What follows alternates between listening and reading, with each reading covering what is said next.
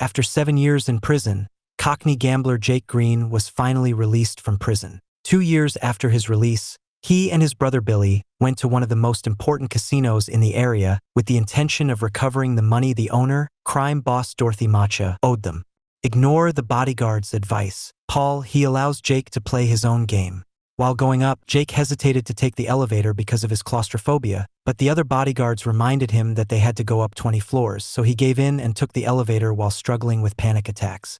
Jake's first bet is to throw a chip at another player at the table and he loses. But this is on purpose. He manipulates Macha to create a false sense of security, so when he made the same bet with him, this time he won. Billy and Jake rush out of the casino with their pockets full of money, and on their way out, they are stopped by Zach, who tells them that they are in danger and that he can help them before giving Jake his card. This time, Jake decides to take the stairs, but before he can take a step down, he passes out and falls when the card is revealed to say, "Take the elevator." While Jake was being taken to the hospital, Machu expressed his concerns to Paul. Jake must want greater revenge after 7 years in prison, especially after the incident with his sister-in-law. So Machu ordered Paul to hire the best assassin in the industry who eliminated him at the hospital.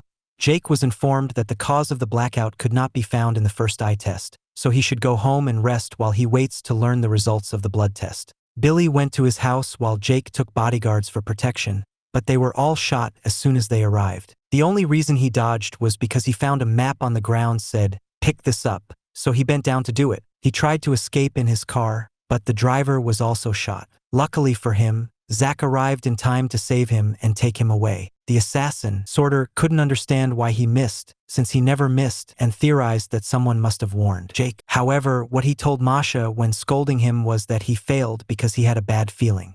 Meanwhile, Zach takes Jake to meet his partner, Avi, who has Jake's medical records. Test results showed that Jake had a rare blood disease that would lead to death within 3 days. The men offer to protect Jake in exchange for 2 non-negotiable conditions.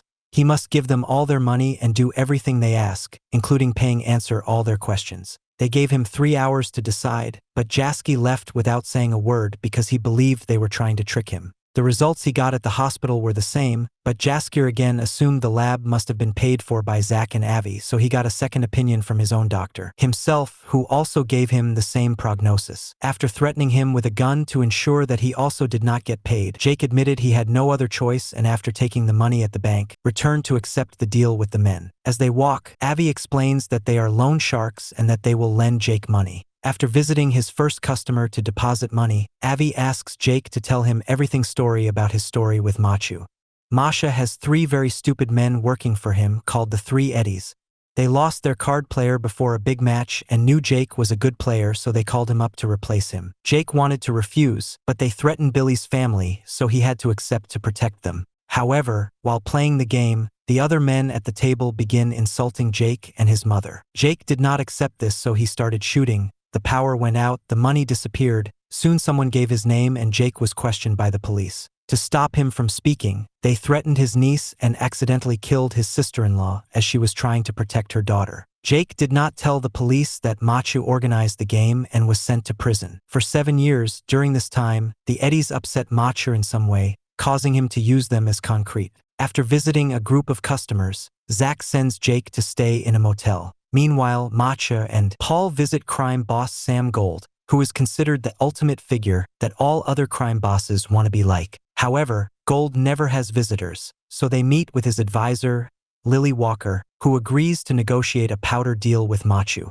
She also reminds him that Gold doesn't like publicity and doesn't give second chances. Sometime later, Jake gave more money to Zach and Avi from before. He was asked about his time in prison while playing chess with Avi. Jake was given 2 options, 14 years in regular prison or 7 years in solitary confinement, so he chose solitary confinement. His cell was between 2 men, a chess grandmaster and a fraudster, who had been there for a long time. And although they had never spoken to each other, they know everything about each other. During the first 5 years of Jake's sentence, the 3 of them communicated by sending text messages on library books, and that's how Jake learned their formula for winning any world game. The 2 men are planning a prison escape and promise to make it happen. Jake goes with them, but when they finally leave, they disappear without a word and leave Jake behind. Released 2 years later, he discovered that these 2 men had taken all his money, and left only a note saying, "You can only become smarter by playing with opponents were smarter." So Jaker started using the formula to get rich at many different casinos. As the days passed, Jake continued to visit various customers and distribute his own money. He also had to threaten them if they didn't pay, but he couldn't bring himself to hurt innocent and desperate people. Meanwhile, Avi and Zach chained themselves to one side of the wall, a truck so that when they shoot they break said wall and steal the safe on the other side. This safe contains the powder that Matcha promised Lily, so when he discovers it has been stolen, he sends Paul to solve the problem at any cost. Paul goes to their rival, the leader of the triads, Lord John, who agrees to supply them with powder. At such short notice but only at a very high price, Jake, Zach, Avi, and their group arrive at the hotel where the exchange will take place. They sneak into the room next to the gangsters to punch a hole in the wall and inject sleeping gas, causing Masha and John's bodies to fall asleep. They then steal the money and the powder, staging it so it looks like it was Matcha who stole John and vice versa.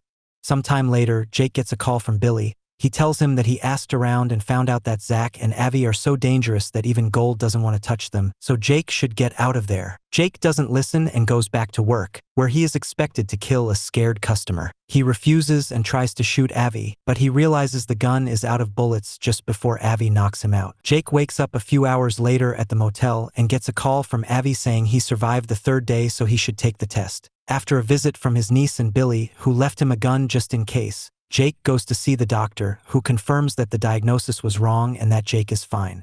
He tries calling Avi and demanding answers, but Avi just says he'll have to wait. Meanwhile, Paul is gathering information and Jake's name comes up as being connected to all the trouble his people are going through, so Matcha orders him to kill him. When Jake returns to the motel, Avi and Zach are waiting for him and warn him that Matcha's thugs are waiting in the room. Jake runs away and the men chase him, but he loses them, especially when one of the thugs slips and accidentally shoots himself. The thugs, another criminal, finds the body and thinks Jake did it. Jake goes to see Avi and Zach at their office, where they confess that they always knew that Jake hadn't told them the whole truth about his old deal with the Eddies. These three clowns are waiting for Jake when he gets out of prison to kill him, because what he did got them fired by Matcha. To save his life, he offered the Eddies a deal. Every month, he would give them 3% of the money they lent them. For the first time, only Eddie accepted. But when they saw he kept his end of the deal, they all wanted in, this time for 4%. In effect, Jake is paying each Eddie with another Eddie's money, so he's losing nothing. To the point where they have no money left to lend, they borrow from Matcha, who quickly becomes interested in the mysterious man who is making money from the Eddies. After playing with the formula and becoming rich, Jake chose that time to go on vacation with his brother and niece,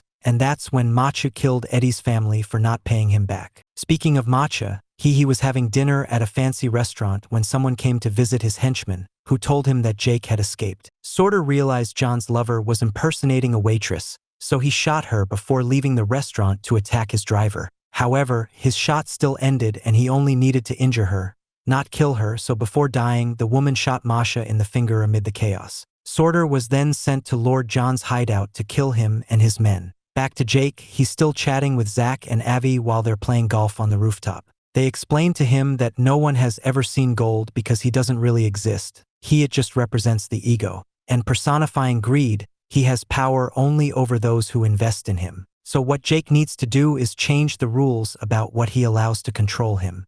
Then, Jake took the remaining money from the bank and donated everything before sneaking into Matcha's room. While struggling with the voices in his head that represent his ego, Jake apologizes to Matcha for swindling him out of money, accepts her as a superior crime lord, and tells her that he donated his humanity. To face his fears, Jake takes the elevator and gets stuck on the 13th floor. As he struggles with a panic attack, he has a conversation in his head in which he denies his ego, finally exiting the game as a free man. When the elevator works again, Jake gets to the ground floor and finds Machu waiting for him with a gun, driven crazy by his own ego. Jake, however, felt at peace and simply walked past him, which drove Masha crazy because he couldn't understand why someone couldn't be afraid of him. He started crying when he realized how humiliated he had been. The next morning, Paul brought Machu all the local newspapers so he could see his name plastered everywhere. Jake wasn't lying when he said he donated in Machu's name, and now everyone thinks the casino owner cares about the community. Macho is happy to take the credit, but his happiness is short-lived. Paul also informs him that Jake has the powders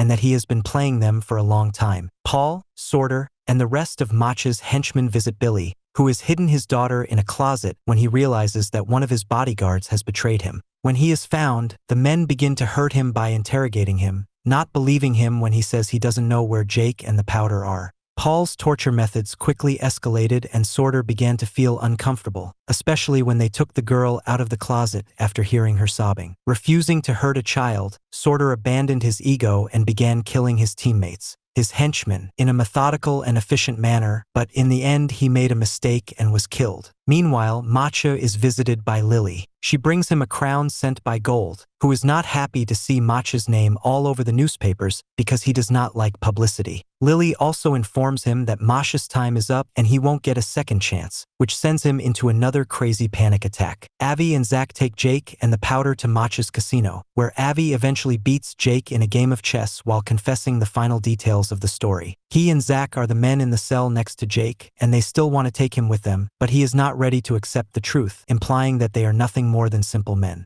are figments of Jake's imagination. Unfortunately, he doesn't have time to accept this, as just then, the casino security guards arrive to take him to Macha, who has the girl with her. After dropping the bags of powder on the ground, Jake tells his niece that everything will be fine, which drives Macha crazy as Jake still shows no fear even when pointing his weapon at the child. The humiliation causes the ego voices in Macha's mind to conclude that Jake cannot hurt a dead man, so he points a gun to his head and shoots.